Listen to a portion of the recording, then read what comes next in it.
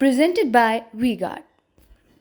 आपको नहीं दिखता जब कोई लड़के सनातन को गाली निकालते हैं और डेंगू और मलेरिया करते हैं, वो ठीक लगता है क्या? धर्म के आधार पर प्रधानमंत्री की कुर्सी के लिए देश के टुकड़े करा दो, वो आपको ठीक लगता है क्या? इस देश में अल्पसंख्यक और बहुसंख्यक शब्दों को कौन लाया, ये देश की जनता नहीं जानती है क्या? और हम कहते हैं कि देश के संसाधनों का पहला माइनॉरिटी का है। आपकी नीति और आपकी नीयत हमेशा देश को और समाज को तोड़ने वाली रही है। सुदूर गांव ढाणी में बैठा व्यक्ति भी यह कहता है कि फिर एक बार मोदी सरकार। अकबर महान करने वालों को, जिन्होंने राम मंदिर का निमंत्रण ठुकरा दिया, जिन्होंने किसान और गरीब के नाम पर नारे और वादे दिए, तो कहता हूँ विपक्ष को, आप चलिए 50 वर्ष की छोड़िए, आप 4 से 14 में आपने इस क्षेत्र को क्या दिया? कांग्रेस के प्रति उदासीनता और निरस्ता थी। नेता सेनापति ही अमेठी छोड़कर भाग गया वायनाड। लंबे समय से सांसद बना, उसके बाद से जिस तारीख को घर से निकलता हूँ उस तारीख को कभी घर नहीं आया।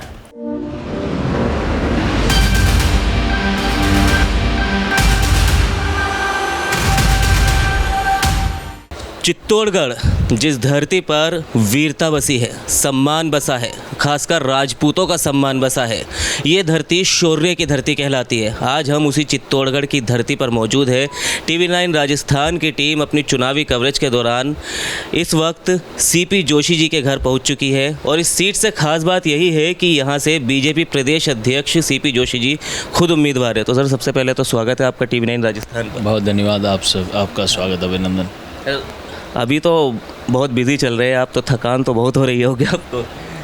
ये तो एक नियमित प्रक्रिया है, ये तो चुनाव है, बाकी भी यही रूटीन रहता है हम लोगों का कि मैं लंबे समय से सांसद बना, उसके बाद से जिस तारीख को घर से निकलता हूँ उस तारीख को कभी घर नहीं आया। क्या बात, डेट बदलती है जी। ये जनता का स्नेह, जनता के सुख दुख में, क्षेत्र के विकास के लिए आने जाने में सब लोग, हम लोग लगातार इस क्षेत्र में सक्रिय रहे हैं। जी, आप CP जोशी जी कहते हैं कि आप साधारण परिवार से आते हैं, लेकिन आप इस वक्त जिस मुकाम पर बैठे हैं, BJP के प्रदेश अध्यक्ष हैं, तो यहाँ तक कैसे पहुँचे और CP जोशी कौन है, एक बार ये बताएं। CP जोशी एक सामान्य कार्यकर्ता है, किसान परिवार से आता हूँ, सुदूर एक ग्रामीण क्षेत्र से आता हूँ और पिछले युवा मोर्चा से लेकर पार्टी के अध्यक्ष तक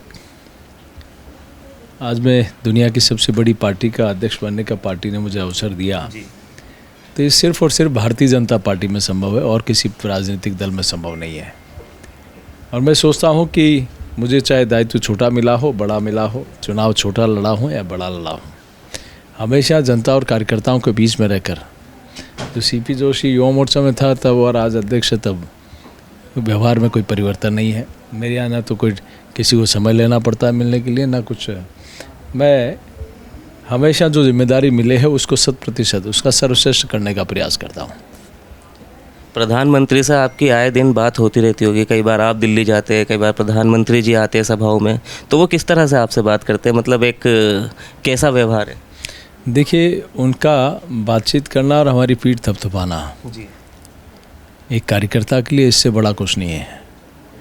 इतने बड़े व्यक्तित्व के धनी जो इस देश को दुनिया का सिरमौर बनाने के लिए अपना पल पल क्षण क्षण दे रहे हैं, इस देश को अपना परिवार मानकर काम कर रहे हैं और इसीलिए 55 सालों से ज़्यादा काम इन 10 वर्षों में करके दिखाया है। चाहे गरीब कल्याण का हो, चाहे महिला सशक्तिकरण का हो, किसान की समृद्धि हो, चाहे युवाओं के उत्थान का काम हो। इसीलिए सुदूर गांव ढाणी में बैठा व्यक्ति भी यह कहता है कि फिर एक बार मोदी सरकार। ये विश्वास एक दिन में खड़ा नहीं होता है। मेरे राजनीतिक जीवन में पहले व्यक्ति हैं जिनके प्रति हर व्यक्ति ये चाहता है कि अब की बार 400 पार। ये सिर्फ पार्टी का नारा था, अब जन जन का नारा बन चुका है और ये तब बनता है जब आप उनकी अपेक्षाओं पर, आशाओं पर खरा उतरते हो और वो मोदी जी ने किया है। चित्तौड़ में सर इस बार कहा जा रहा है, जैसे कि सियासी चर्चाएं चल रही है, विश्लेषक बता रहे हैं कि इस बार चित्तौड़ में भी चुनाव काफ़ी फंसा हुआ नज़र आ रहा है, तो क्या मुकाबला सख्त है या एक तरफा आप आगे बढ़ रहे हैं? एक तरफा है, तो मुकाबला सख्त नहीं हो दिलाल अंजन नहीं। 4 जून को फिर बात करना, मेरी रिकॉर्डिंग सुनिएगा। जी, बहुत बड़े मार्जिन से यहाँ भारतीय जनता पार्टी जीतने वाली है।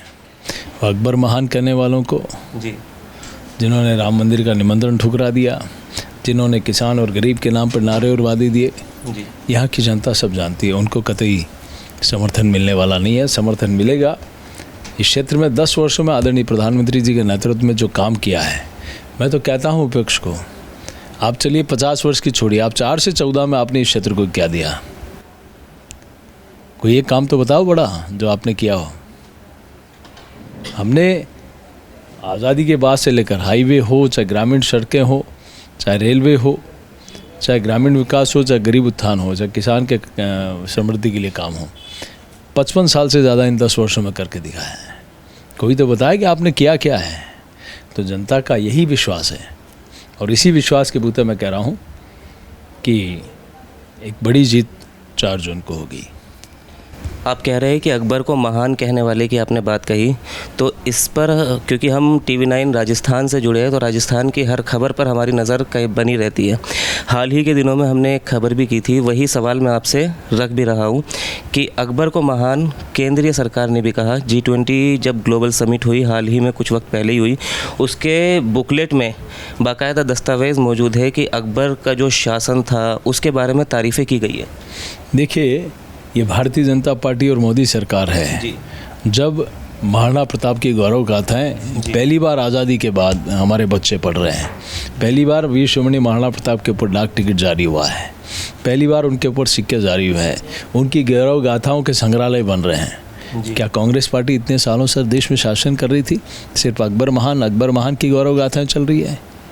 ये देश हमेशा से इन आक्रांताओं से दुखी रहा है और आप देखें कि संसद के पटल पर भी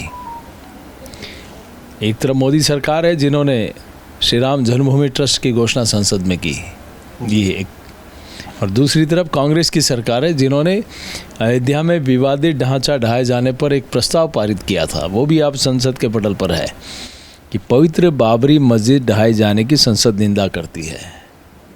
क्या देश इनमें अंतर नहीं समझता?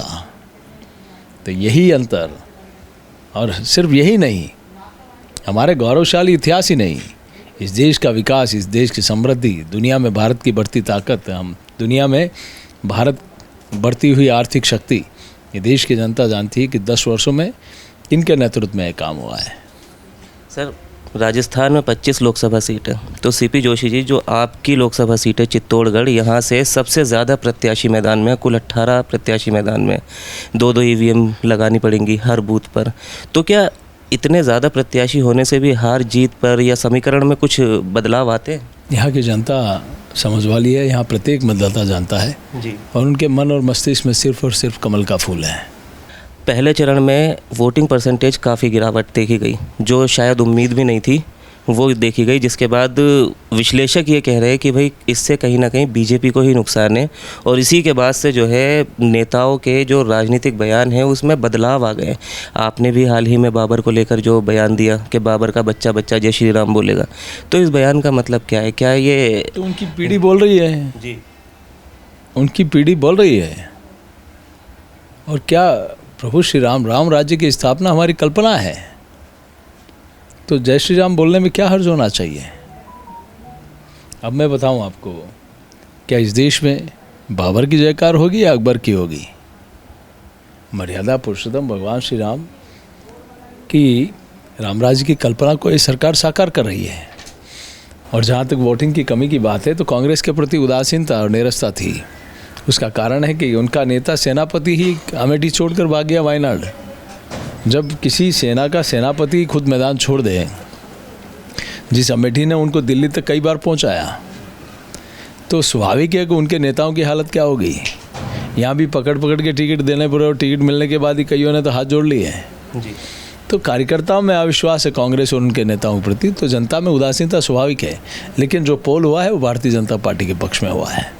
लेकिन एक सवाल ये भी उठ रहा है पहले चरण के बाद भी, और उससे पहले भी ये सवाल बार बार सामने आया है कि आप क्योंकि BJP के प्रदेश अध्यक्ष हैं, तो देश के साथ साथ आप पर जिम्मेदारी पूरी 25 लोकसभा सीटों की, लेकिन आप उस तरह से एक्टिव बाकी सीटों पर नज़र नहीं आ रहे। इससे मैं क्लस्टर मीटिंग से लेकर अधिकांश जगहों पे नॉमिनेशन में गया हूँ। अभी 4 दिन पहले ही मैं बांसवाड़ा की सभा में गया हूँ। लगातार मेरी वर्चुअल मीटिंग और सारी डेली की डेली हमारी बैठकें हो रही है, तो मैं लगातार उससे, और एक लगभग अध्यक्ष बनने के बाद तो मैं पूरे प्रदेश में ही प्रवास किया है मैंने जी। तो CP जोशी एक कार्यकर्ता के नाते अध्यक्ष की जिम्मेदारी हो सकती है, या तो टीम राजस्थान मिलकर काम करती है, तो सबको अपने अपने दायित्व हैं, सब लोग अपने काम को अच्छी तरह से निभा रहे हैं। सर, प्रधानमंत्री का बयान सामने आया जिसमें घुसपैठिए वाले जिसमें बात कही गई, उसके ऊपर न सिर्फ देश में बल्कि इंटरनेशनल मीडिया में भी काफ़ी सवाल उठाए गए। तो इस तरह के बयान के ये कोई बीजेपी की टीस है जो इन बयानों के ज़रिए सामने आ रही है? नहीं, क्या गलत कहा, क्या गलत कहा? इस देश के संसाधनों पर पहला हक गरीब का, किसान का, हमारे आदिवासी का और दलित का, क्या गलत कहा? क्या घुसपैठियों का अधिकार होगा? नहीं होगा। जो माननीय प्रधानमंत्री जी ने कहा वो बिल्कुल ठीक कहा। ये पहले चरण के बाद से सीपी जोशी जी, जो इससे पहले के जितने भी बयान थे आला कमान के, केंद्रीय नेताओं के या प्रदेश स्तर के नेताओं के, तो वो 370 राम मंदिर को लेकर ज़्यादातर देखे गए। लेकिन अब उसके बाद से मुद्दा कहीं ना कहीं बदल गए। तो क्या ये 370 राम मंदिर मुद्दे फीके पड़ रहे हैं? देखिए, आपको वो नहीं दिखता जब कोई लड़के सनातन को गाली निकालते हैं और डेंगू और मलेरिया करते हैं, वो ठीक लगता है? क्या धर्म के आधार पर प्रधानमंत्री की कुर्सी के लिए देश के टुकड़े करा दो, वो आपको ठीक लगता है? क्या इस देश में अल्पसंख्यक और बहुसंख्यक शब्दों को कौन लाया, ये देश की जनता नहीं जानती है क्या? तो यहाँ, और हम कहते हैं कि देश के संसाधनों का पहला हक माइनॉरिटी का है, क्या ये ठीक है? क्या आपकी नीति और आपकी नीयत हमेशा देश को और समाज को तोड़ने वाली रही है। हमने स्पष्ट रूप से कहा है कि देश के संसाधनों पर पहला हक गरीब का होगा, किसान का होगा, दलित का होगा, आदिवासी का होगा। क्या गलत का इसमें? अब कांग्रेस अब भी चाहती है कि कहीं न कहीं एक माओवादी सोच के साथ कैसे उनकी संपत्ति को हड़प लें, कैसे माता बहनों के सोना और गहनों के हड़प लें, किसी के पास 2 मकान है तो उसको हड़प लें, कैसे हम लोग रिजर्वेशन में माइनॉरिटी को डाल दें। तो ये कैसे संभव है? देश की जनता को ये सब नहीं बताएंगे। हमारा एजेंडा है नेशन फर्स्ट, उनका एजेंडा है देश को कैसे तोड़ना। तो ये देश की जनता को जानना चाहिए। सीपी जोशी जी, ये 2024 का लोकसभा चुनाव है, इससे पहले 19 का हुआ, उससे पहले 14 का हुआ, लेकिन इन सभी चुनावों में वसुंधरा राजे की काफ़ी अहम भूमिका देखी गई, काफ़ी वो एक्टिव नज़र आ रही थी। लेकिन ये लंबे समय बाद ये ऐसा चुनाव है जिसमें वसुंधरा राजे अपने बेटे की सीट, दुष्यंत की सीट के अलावा किसी और सीट पर बिल्कुल एक्टिव नज़र नहीं आई। तो क्या इससे बीजेपी को नुकसान होगा? और उनकी एक्टिवनेस, पार्टी की राष्ट्रीय उपाध्यक्ष हैं जी, किसने कहा कि वो सक्रिय नहीं थी? वो कई क्लस्टर मीटिंग्स में हमारे साथ थी। वो देश में चाहे छत्तीसगढ़ हो, महाराष्ट्र हो, और भी कई जगह जिनको वहाँ ड्यूटी लगाई वो उस बैठक में गई। उसके बाद भी यहाँ राजस्थान में सक्रिय हैं, यहाँ की बैठकों में बराबर आना रहा है। अब चूँकि वो झालावाड़ कॉन्स्टिट्यूंसी में उनके माननीय दुष्यंत सिंह जी लड़ रहे हैं, तो वहाँ उस चुनाव का हैंडल कर रही हूँ। ठीक है।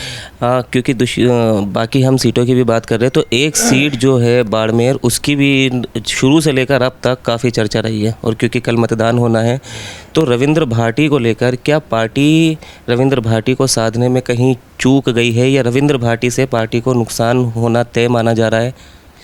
देखिए, मैंने पहले भी कहा और अभी भी कह रहा हूँ, राजस्थान में 25 की 25 कमल के फूल खिलेंगे। भारतीय जनता पार्टी जीतेगी। पार्टी अपना बेस्ट एफर्ट्स करने के लिए सारे प्रयास करती है।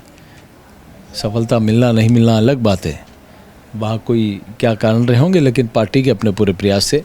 लेकिन मैं सोचता हूँ राजस्थान की जनता मोदी साथ है, राजस्थान की जनता नरेंद्र मोदी जी के साथ है, भाजपा के साथ है। गोविंद सिंह डोटासरा ने भी आप पर निशाना साधा कि आप सीएम नहीं बन पाए, इस तरह के बयान सामने आए। सीएम के लिए प्रयास किसने किए? जी, और न कभी हमारे मन में थी। मैं एक साधारण कार्यकर्ता हूँ, जो दायित्व मिला है उसको अच्छे से काम कर रहा हूँ। लेकिन डोटासरा जी में मुझे अशोक गहलोत जी का वो बयान ज़रूर याद आता है बिरला ऑडिटोरियम में, शिक्षकों के सामने जब कहा था, तो शिक्षक कैसे आपके लिए आपकी तारीफ में कुर्सियों पर खड़े उड़ के बयान दे रहे थे। तो उनको उनके मन में टीस हो सकती है। लेकिन यहाँ भाजपा के कार्यकर्ता में दायित्व छोटा मिले या बड़ा मिले या नहीं मिले, लेकिन हम विचार के लिए काम करते हैं, राष्ट्र के लिए काम करते हैं। बहुत बहुत धन्यवाद सीपी जोशी जी, हमसे बातचीत करने के लिए, इतने बिजी शेड्यूल में भी अपना कीमती वक्त हमें देने के लिए। तो ये थे सीपी जोशी जी जिन्होंने हमसे बात की। बाकी लोकसभा चुनाव के रिज़ल्ट के दिन ही पता चलेगा कि बीजेपी 25 की 25 पर फिर से झाड़ू लगाएगी या फिर इस बार बीजेपी को कुछ नुकसान भी हो सकता है। तो फिलहाल के लिए इस वीडियो में इतना ही। बाकी राजस्थान और राजस्थान की सियासत से जुड़ी हर खबर के लिए आप देखते रहिए TV9 राजस्थान।